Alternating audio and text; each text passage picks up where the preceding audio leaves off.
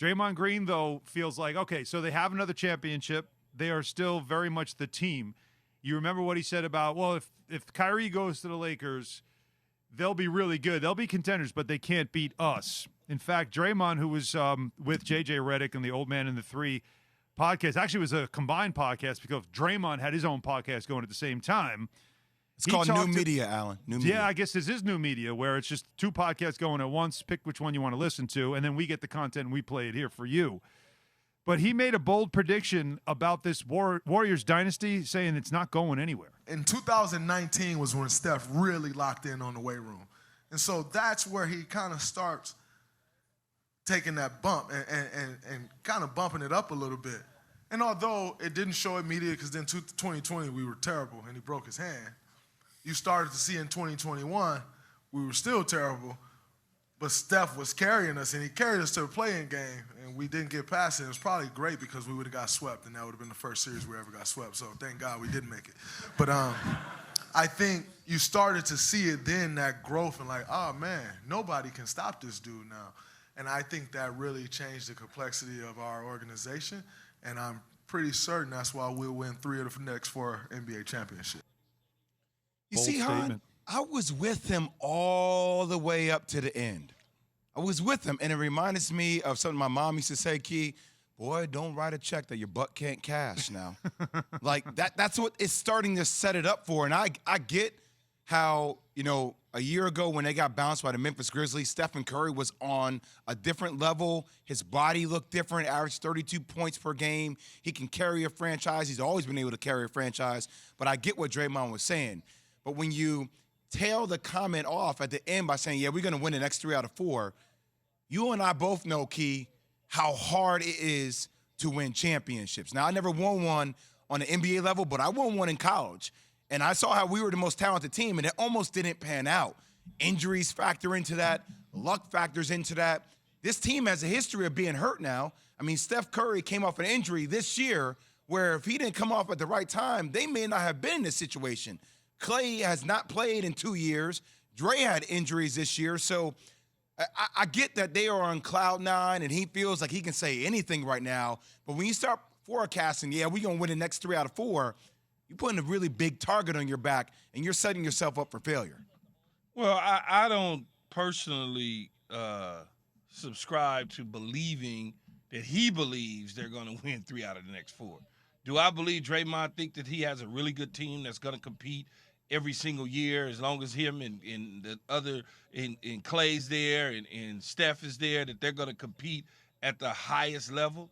Yeah, I think he believes that. Does he believe they got another championship or 2 inside of that arena? I think he believes that. But, look, man, you can't hold on to 3 titles, NBA titles, and think that he really seriously means that. And Draymond is Draymond. Like you said, he on cloud 9. He's having fun with it. He deserves it. He has the right to say what he wants to say right now. But you and I and him, we all know it's hard as hell to win championships. And they won a lot of them, but it is hard to do. Does this put added pressure? I don't think so, because they already are what they are, right? We know what they are. My question, though, is this. I've always heard that phrase, it's hard to eat when you're full. Chris Canty uses that all the time. And I love that phrase because it is about like how it does make you marvel at what the Bulls did with Michael Jordan, right? It does make you marvel at how the Spurs did what they did and just constant winning year after year after year. Even the Patriots as well, and Tom Brady, and just how he just stayed hungry all the time to compete. Kobe. But this is something different because as I look at the Warriors, they're getting older. And they have a young core of players off their bench, young guys that they're developing that were contributing, but not certainly centerpieces other than Andrew Wiggins. If they're going to do what Draymond thinks they can do, it's not going to be, to me, because of anything Steph Curry continues to do. I think this was the Steph Curry year.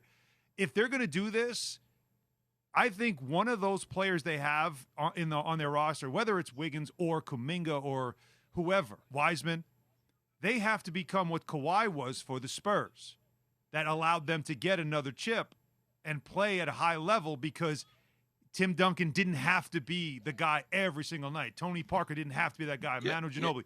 Like, it didn't have to be that because they had this kid who emerged and they let him grow. Do the Warriors have that player on their roster? I think they do. I think when you look at – let's just start with Andrew Wiggins to start with, okay? Every championship team has a staple.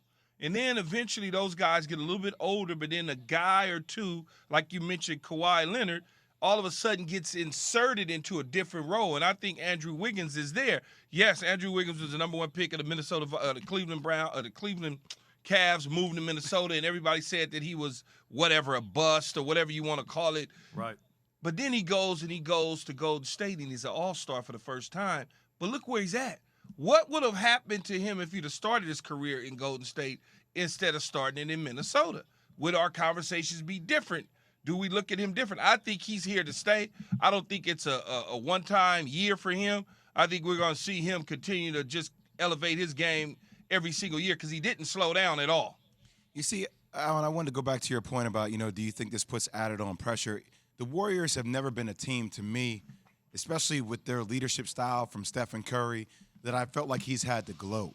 Now, I think you've seen him say this season, right? Like, okay, what they're going to say now, because it motivated him. It drove him this season to shut everybody up about, well, they would have won this, but, or if they didn't, they won it here in these years, but they had Kevin Durant, or but they didn't have, Kyrie or Kevin Love with the Cavs back then. Right. So I think for him it was motivating, but I think it does put a target on Draymond Green. See. Thanks for watching ESPN on YouTube. For live streaming sports and premium content, subscribe to ESPN Plus right now.